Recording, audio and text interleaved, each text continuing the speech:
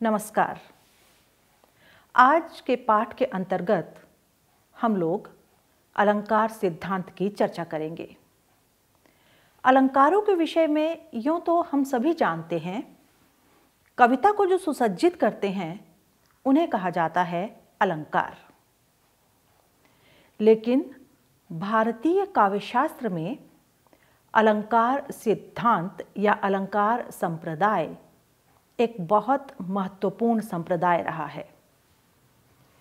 ईसा की 6ठी शती से लेकर 9वीं शती के बीच अलंकार सिद्धांत अथवा अलंकार संप्रदाय का बोलबाला था। इस पाठ के अंतर्गत हम लोग कुछ विशेष बिंदुओं पर चर्चा करेंगे। पहला, अलंकार शब्द है क्या और उसका अर्थ क्या है। दूसरा बिंदु, अलंकारवादी आचार्य कौन कौन से रहे और ये जो परंपरा है ये कहाँ से शुरू हुई और कहाँ तक चली। तीसरा, आपको जैसे मालूम होगा कि हर सिद्धांत या हर संप्रदाय का एक समय होता है और उसके बाद वो संप्रदाय अपने आप धीमे धीमे उसका बोलबाला कम होने लगता है।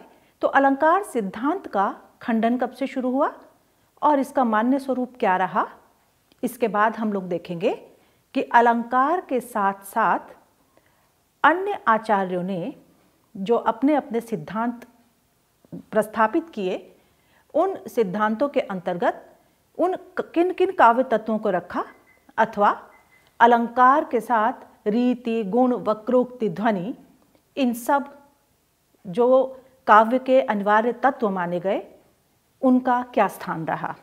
तो आज का पाठ हम लोग शुरू करते हैं। सबसे पहले जो समझने की बात है वो ये है कि अलंकार शब्द की उत्पत्ति या अलंकार शब्द कहाँ से आया है। जैसा कि आप लोग जानते हैं कि अलंकार शब्द अलम, क्री और घन, इन 3 शब्दों के योग से बना है और अलंकार की जो व्युत्पत्ति है वो 2 तरह से मानी जाती है। पहला, इसकी करणपरक व्युत्पत्ति क्या है। करणपरक अर्थात अलंकार शब्द किस तरह से करने के अर्थ में या अलंकृत करने के अर्थ में प्रयुक्त होता है। अलंकार शब्द का सामान्य सा अर्थ है आभूषण, किंतु कारण होने के अलावा इसका विशेष एक रूढ़िगत अर्थ भी है।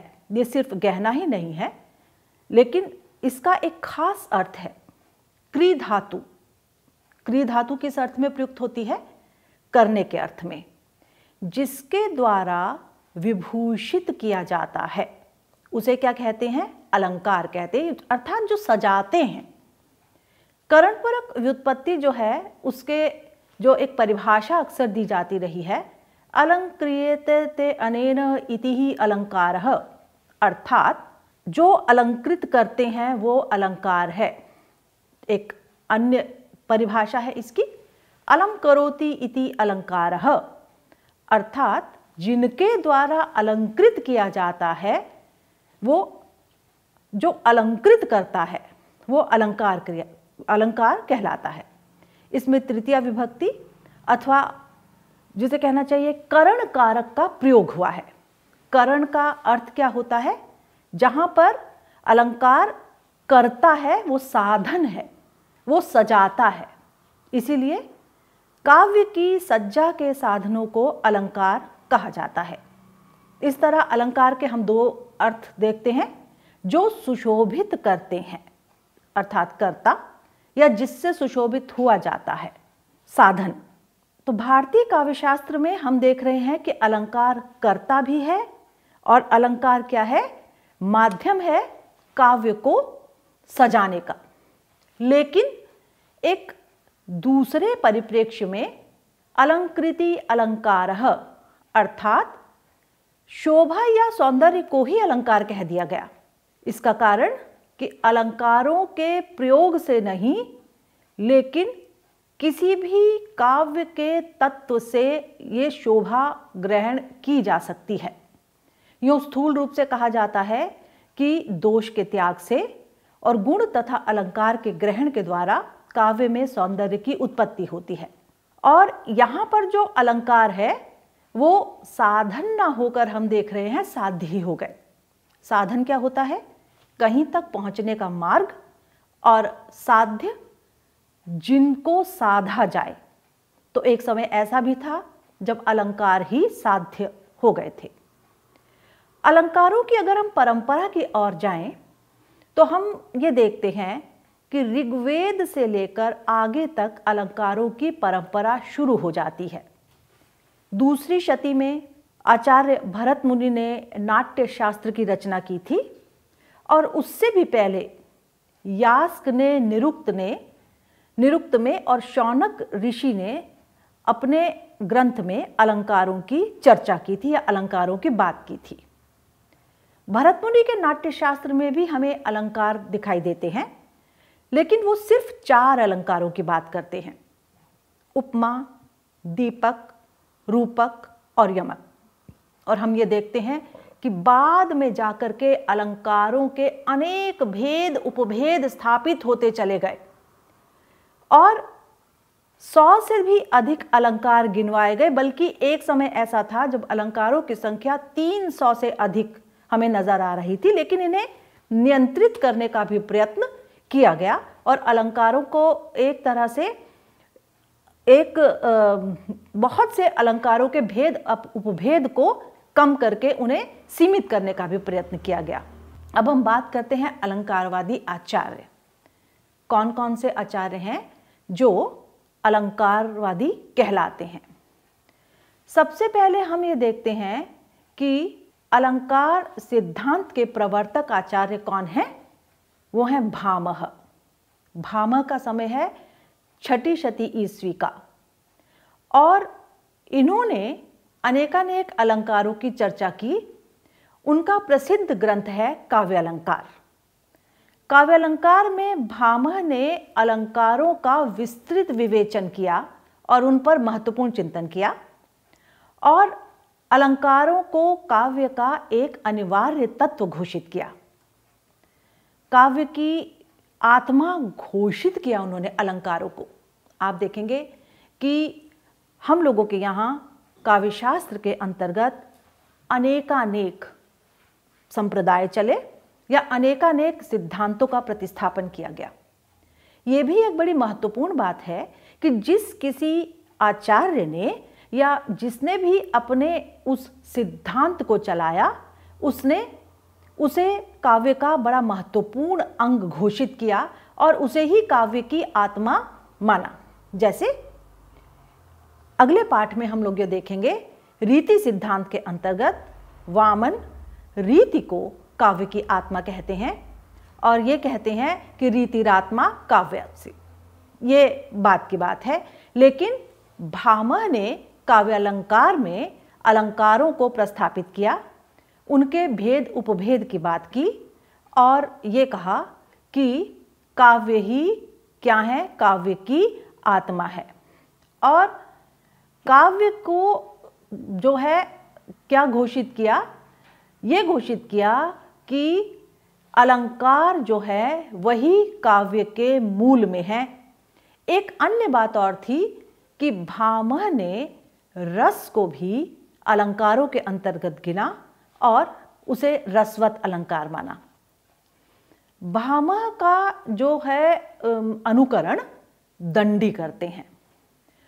भामह और दंडी, इन दोनों का अनुकरण हमें उद्भट के ग्रंथ में करते हुए दिखाई देते हैं। तो भामह, दंडी और उद्भट, ये तीनों के तीनों अलंकारवादी आचार्यों के माने जाते हैं, और अलंकार संप्रदाय में इनका बड़ा महत्वपूर्ण स्थान है। दंडी का समय 7वीं शताब्दी के आसपास है, और इनके ग्रंथ का नाम है काव्यादर्श। इन्होंने भामह के ग्रंथ की टीका लिखी। टीका अर्थात उसको और अधिक विशद विवेचन किया आसान शब्दों में, और उसका टीका को लिखते हुए उन्होंने अलंकार को विवेचन का क्षेत्र बनाया। भामह ने जिन जिन अलंकारों को कहा था उनका संशोधन भी किया, और उनके अलंकारों का जो है एक तरह से वर्गीकरण भी किया। और निरंतर दंडी ने अलंकारों को काव्य का प्राण कहा। इनकी प्रमुख कथन है काव्य शोभाकरान अलंकारात प्रचक्षते, अर्थात काव्य की शोभा करने वाले तत्व ही अलंकार है। इसके अंतर्गत हम ये देख रहे हैं कि भामह, दंडी और रुद्रट, ये तीनों के तीनों जो अलंकारवादी आचार्य हैं, ये क्या करते हैं कि अलंकारों की महत्ता को स्थापित करते हैं। दंडी के साथ लेकिन एक अन्य महत्वपूर्ण बात थी कि दंडी ने अपने अलंकार के विवेचन में गुणों को भी महत्वपूर्ण स्थान दिया और गुणों की महत्ता को भी स्थापित कर दिया। उन्होंने क्या कहा कि उपमा, रूपक इत्यादि जो अलंकार हैं वो साधारण अलंकार हैं, जबकि ओज, प्रसाद और गुण आदि को उन्होंने असाधारण अलंकार कहा और उन्होंने गुणों को भी पर्याप्त महत्व दिया और उन्हें भी अलंकार के अंतर्गत ही समाहित किया। उनके अनुसार गुण और रस भी अलंकारों का ही एक रूप है, लेकिन यह ध्यान रखा जाए कि दंडी ने गुणों को असाधारण अलंकार कहा और आगे चलकर हम देखेंगे कि रीति सिद्धांत में वामन इन्हीं गुणों का आश्रय लेते हैं और गुणों पर ही रीतियों को आधारित मानते हैं और गुणों को ही सबसे अधिक महत्व देते हैं। लेकिन उसका एक आधार हमें दंडी के अलंकार विश्लेषण से दिखाई देने लगता है। और उन्होंने एक अन्य महत्वपूर्ण बात जो है दंडी की, वो ये है कि दंडी ने अलंकारों के उदाहरण भी दिए, जिससे हमें दंडी का कवि रूप भी नजर आता है। काव्यदर्श में न केवल उन्होंने अलंकारों का विशद विवेचन किया, बल्कि अलंकारों को सहज सुलभ बनाया और अंततः क्या कहा कि अलंकार काव्य की आत्मा है। 8वीं शती में एक अन्य अलंकारवादी आचार्य हमें नजर आते हैं, वो है उद्भट। उद्भट के ग्रंथ का नाम है काव्यालंकार सार संग्रह। यह बहुत महत्वपूर्ण ग्रंथ है। इन्होंने भामह की ग्रंथ की टीका भी लिखी और भामह की परंपरा को ही ये आगे बढ़ाते हुए नजर आते हैं। इन्होंने भी रस को रसवत अलंकार कहा और एक नई देन इनकी क्या रही कि पहले 8 रस थे, लेकिन इन्होंने शांत रस को भी रसवत अलंकार के अंतर्गत गिना। ये सभी आचार्य अलंकार को काव्य का सर्वस्व और अनिवार्य तत्व मानते हैं। भामह ने अलंकार को काव्य का एक आवश्यक आभूषण तत्व मानते हुए कहा कि अनेक आचार्यों द्वारा प्रस्तुत रूपक आदि अलंकार काव्य में उसी प्रकार आवश्यक हैं जिस प्रकार नारी का सुंदर मुख भी आभूषणों के बिना शोभित नहीं होता। प्रसिद्ध उक्ति है ये, न कांतमपि निर्भूषणम विभाति वनिता मुखम। दंडी के अनुसार अलंकार क्या थे? काव्य शोभा करान धर्मान अलंकारान प्रचक्षते, हम पीछे भी चर्चा कराए हैं। और भामह क्या कहते हैं कि यदि अलंकार नहीं है तो कविता सुशोभित नहीं हो सकती। ठीक उसी तरह जिस तरह किसी सुंदर नारी का मुख अलंकरण के बिना सुशोभित नहीं होता। इसका अर्थ सीधे सीधे ही आता कि इन सब आचार्यों ने शब्द और अर्थ 2 तरह के अलंकारों को तो अलंकरण माना ही, लेकिन रस, ध्वनि, वक्रोक्ति आदि जो अनेक काव्य तत्व थे उन्हें भी ये अलंकार के अंतर्गत ही निहित करते थे या अलंकार के अंतर्गत ही अभिहित करते थे। इसके बाद हमें देखते हैं कि थोड़ी सी अलंकार की जो परंपरा है वो हमें धीमी पड़ती हुई नजर आती है। 9वीं शती के उत्तरार्ध में आचार्य रुद्रट ने अपने ग्रंथ काव्यालंकार में बहुत अधिक विस्तृत विवेचन किया। किसका? अलंकारों का। उन्होंने शब्दालंकार और अर्थालंकार जो पहले से उपस्थित थे उसके आगे बढ़कर अन्य भेद भी बनाए और अलंकारों का वैज्ञानिक वर्गीकरण किया। तो ये आचार्य रुद्रट की देन थी कि उन्होंने अलंकारों का वैज्ञानिक वर्गीकरण किया, जिसमें उन्होंने अलंकारों को 4 वर्गों में बांटा। पहला वर्ग वास्तव्य अलंकार, जो वास्तविक अलंकार है, जो स्वाभाविक अलंकार है, जो स्वाभाविक ढंग से वर्णन के अंतर्गत आते हैं। दूसरा अतिशय अलंकार, जहां बहुत अधिक बढ़ा चढ़ाकर वर्णन किया जाता है। तीसरा औपम्य अलंकार, जिसमें एक के साथ दूसरे की तुलना की जाती है, उपमा मूलक अलंकार। और चौथा श्लेष अलंकार, जहां पर एक से अधिक अर्थ या एक शब्द में अधिक जो अर्थ हैं वो निहित रहते हैं। इन 4 वर्गों में रुद्रट ने अलंकारों को बांटा और इस विवेचन को और अधिक आगे बढ़ाया। लेकिन रुद्रट ने क्या किया कि रसवत अलंकार को अस्वीकार किया और रस की स्वतंत्र महत्ता को भी नकारा नहीं, और यह बताया कि काव्य और शास्त्र अलग जो हैं, 2 अलग अलग अनुशासन हैं। काव्य शास्त्र के अंतर्गत अलंकारों का विवेचन या अन्य विवेचन आते हैं, लेकिन काव्य शास्त्र में रस नहीं है। रस किसमें है? वो काव्य में है। काव्य में रस होता है, लेकिन काव्य शास्त्र में नहीं।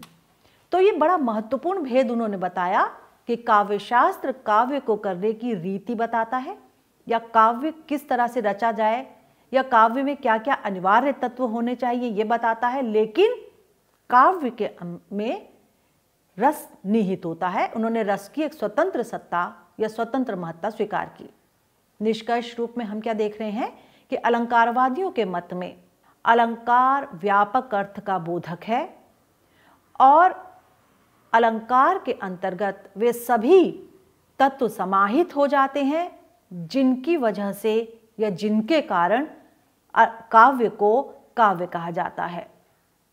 इसके अलावा वो ये कहते हैं कि अलंकार जो है वो सभी प्रकार के सौंदर्य मूलक साधक हैं, अर्थात काव्य में जो भी सौंदर्य आता है वो केवल अलंकारों की वजह से ही आता है।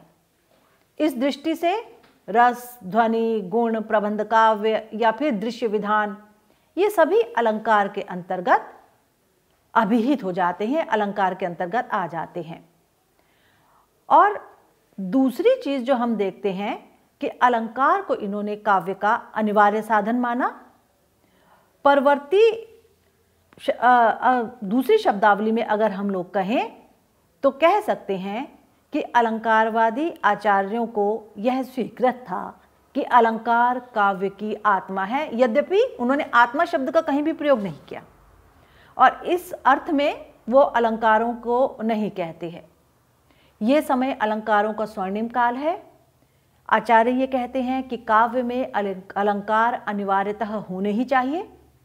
इसके साथ ही कि अलंकार काल में अलंकार प्रमुख रहे और रस इत्यादि अन्य तत्व गौण, और काव्य संबंधी समस्त सौंदर्यों का साधक तत्व, यानी साधक भी माना, साध्य भी माना, क्या रहे, उन्होंने अलंकारों को ही घोषित कर दिया। अब अलंकार सिद्धांत का खंडन किन किन आचार्यों ने किया? ठीक अलंकार सिद्धांत के बाद ही हम देखते हैं कि 8वीं शती में वामन आते हैं और वे अपने ग्रंथ काव्यालंकार सूत्र वृत्ति में गुणों की प्रतिष्ठा करते हैं और उन्हें महत्व देते हैं। अलंकार को वामन व्यापक अर्थ में ग्रहण करते हैं और अलंकारों को क्या कहते हैं कि वो सौंदर्य का पर्याय मानते हैं, लेकिन वो समस्त अलंकारों को जिसके ऊपर आधारित मानते हैं वो है गुण। और उन्होंने अपने सिद्धांत रीति सिद्धांत को स्थापित करते हुए क्या कहा कि विभिन्न जो गुण हैं जिनसे अलंकार अलंकार होते हैं वो रीति के अंतर्गत आते हैं। वामन ने एक तरफ कहा काव्यम ग्रयम अलंकारात् सौंदर्यम अलंकारः, अर्थात काव्य अलंकार से भी ग्रय होता है तथा सौंदर्य ही अलंकार है, अतः अलंकार ही काव्य के समग्र सौंदर्य का पर्याय है। लेकिन दूसरी तरफ स्थापना किसकी करते हैं वो? 10 शब्द गुण और शब्द अर्थ गुण की, जिसकी चर्चा हम लोग रीति सिद्धांत के अंतर्गत करेंगे। और वो रीति को गुणों पर आधारित मान करके समस्त अलंकारों को इन गुणों के अंतर्गत समाहित कर लेते हैं। दंडी ने अलंकार का जो लक्षण किया था, वामन भी वही गुण के तरह से उस लक्षण को प्रस्तुत करते हैं। हम पहले भी चर्चा कराए हैं कि दंडी कहते हैं काव्य शोभा करान धर्मान अलंकारान प्रचक्षते, और वामन कहते हैं काव्यम ग्रयम अलंकारात सौंदर्यम अलंकार, सौंदर्य करने वाले अलंकार हैं। इस तरह से हम देखते हैं कि रीति सिद्धांत की स्थापना के साथ अलंकार सिद्धांत का पराभव शुरू होता है, और वामन कहते हैं काव्य शोभाया कर्तारो धर्मो गुणः रीति, अर्थात गुणों को संवर्धित करने का साधन अलंकार है। अतः वामन रीति संप्रदाय की स्थापना करते हुए अलंकार सिद्धांत का खंडन करते हैं और समस्त अलंकारों को रीति के अंतर्गत समाहित करते हैं। वामन की दृष्टि में काव्य गुण कविता के नित्य धर्म है, जबकि अलंकार काव्य का अनित्य धर्म। और अलंकार काव्य गुणों के संवर्धन करते हैं। वामन ने क्या किया कि रस को भी गुणों के अंतर्गत समाहित कर लिया। इसके बाद हम देखते हैं कि अलंकार संप्रदाय जो है उसका धीरे धीरे पराभव शुरू होता है और रस और ध्वनि के स्थापना का समय आरंभ होता है। लेकिन इसके साथ ही अन्य आचार्य सामने आते हैं। नवीं शती में आचार्य आनंदवर्धन ध्वनि संप्रदाय की स्थापना करते हैं और अलंकार को ध्वनि और रस से गौण बताते हैं। तो ध्वनि संप्रदाय आता है जो अलंकारों को ध्वनि के अंतर्गत समाहित करता है, और यहाँ तक आचार्य आनंदवर्धन कहते हैं कि रस भी ध्वनित होता है। वो क्या कहते हैं, अलंकार रीति वक्रोक्ति सबको वो ध्वनि के अंतर्गत समाहित कर लेते हैं। हम ये देख रहे हैं कि भारतीय काव्य शास्त्र में जो भी कोई आचार्य अपने संप्रदाय को आरंभ करता है या चलाता है, वो क्या करता है कि बाकी सब चीज़ों को अपने जिसे कहना चाहिए सिद्धांत के अंतर्गत या अपने संप्रदाय के अंतर्गत समाहित कर देता है। तो आनंदवर्धन ने अलंकारों को रस का उपकारक माना, लेकिन याद रहे कि उन्होंने ये कहा कि रस भी ध्वनित होता है।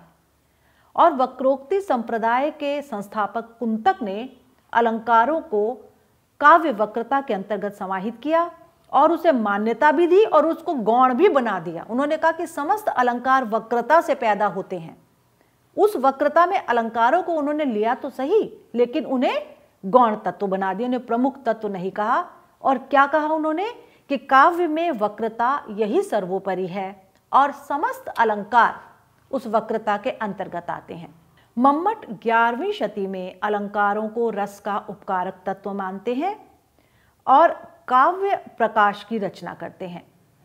रुद्रट के बाद अलंकार का जिसे कहना चाहिए झंडा गाड़ने के लिए कौन आते हैं, आचार्य रुयक। वो अपने ग्रंथ अलंकार सर्वस्व में अलंकारों का विस्तृत विवेचन करते हैं। ऐसे लगता है कि वो अलंकार सिद्धांत की फिर से बागडोर संभाल रहे हैं। आचार्य रुयक ने अपने ग्रंथ अलंकार सर्वस्व में अलंकारों का विवेचन बहुत अधिक क्षमता और कुशलता से किया और कुछ नए अलंकारों के विरोध के भेद भी स्थापित किए, जैसे विरोध, सादृश्य, श्रृंखला मूलक और न्याय मूलक, गुणार्थी मूलक, ये 5 नए वर्ग बनाए। इसके बाद जो अलंकार सिद्धांत की स्थापना करते हुए नजर आते हैं वो एक हैं जयदेव और दूसरे हैं अप्पय दीक्षित। इन दोनों ने अलंकारों का बहुत अधिक विशद विवेचन किया। आचार्य विश्वनाथ ने 14वीं शती में साहित्य दर्पण में अलंकारों का निरूपण किया। हिंदी साहित्य में आप देखेंगे कि भक्ति काल से रीति काल तक अलंकारों के निरूपण का प्रयास निरंतर चलता रहा। आचार्य केशव ने कवि शिक्षक की भूमिका निभाई। उन्होंने अलंकारों को काव्य का अनिवार्य तत्व घोषित किया और क्या कहा, भूषण बिनु न बिराजई कविता वनिता चित, अर्थात आभूषण के बिना न कविता सुशोभित होती है ना ही स्त्री या वनिता। इसके अलावा रीतिकाल में अनेकानेक आचार्य हमें नजर आते हैं जो काव्य के लक्षण ग्रंथों की जो है लिखते हैं और उसमें अलंकारों के लक्षण देते हैं और उनके उदाहरण भी देते हैं, जिसमें कुछ प्रमुख नाम है चिंतामणि, मतिराम, भिखारी, भूषण इत्यादि। अलंकारों के विस्तृत विवेचन की एक लंबी परंपरा हमें देखते हैं, लेकिन अलंकार उस तरह से फिर से स्थापित नहीं होते जैसे अलंकार संप्रदाय के आचार्यों ने उन्हें स्थापित करने का प्रयत्न किया था। मध्यकालीन कवियों ने क्या किया कि ब्रज भाषा के 100 से भी अधिक अलंकार विषयक ग्रंथों की रचना की, लेकिन अधिकांश ग्रंथ इसमें क्या है कि संस्कृत के जो ग्रंथ थे उन्हीं का उल्था है। आधुनिक काल में भी अलंकारों को विवेचन किया गया। आधुनिक काल में आप जानते हैं कि गद्य प्रमुख विधा रही, तो गद्य के माध्यम से इन अलंकारों के विवेचन का प्रयत्न किया गया। आप देखेंगे कि कविराज मुरारी दीन, कन्हैयालाल पौद्दार इत्यादि अनेक लोग थे जिन्होंने अलंकारों पर ग्रंथ लिखे, लेकिन इन्होंने मध्यकालीन या रीतिकालीन ग्रंथों को आधार नहीं बनाया। इन्होंने सीधे संस्कृत ग्रंथों से सामग्री ली अपने ग्रंथों का विवेचन करने के लिए। आचार्य शुक्ल भी अलंकार की चर्चा करते हैं और वो कहते हैं कि भावों का उत्कर्ष करने वाले और वस्तुओं के रूप, गुण, क्रिया आदि का अधिक तीव्र अनुभूत कराने में यदा कदा, याद रखें अलंकारों की स्थापना उस रूप में नहीं है, वो कहते हैं यदा कदा सहायक होने वाली युक्ति ही अलंकार है। कविवर पंत भी अलंकार की चर्चा करते हैं। वो कहते हैं कि अलंकार वाणी की सजावट करने वाले भाव को अभिव्यक्ति के विशेष द्वार और भाषा की पूर्णता के आवश्यक उपादान है।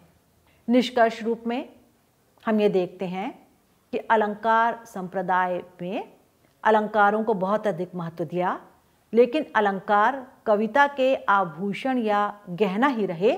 वो काव्य की आत्मा उस तरह से नहीं बन पाए जिस तरह से रस। अलंकार अनिवार्यतः शरीर का अंग नहीं है। अलंकार धारण किए जाने वाले हैं। अलंकार बाहरी शोभा करने वाले तत्व हैं। काव्य में भी अलंकार मूल विषय वस्तु के अंग नहीं है, बल्कि उसकी शैली से संबद्ध है। काव्य में अलंकार बाहरी तत्व हैं जो धारण किए जाने वाले हैं, और अलंकारों को कथन की एक विशिष्ट शैली या विशिष्ट प्रकार कहा जा सकता है।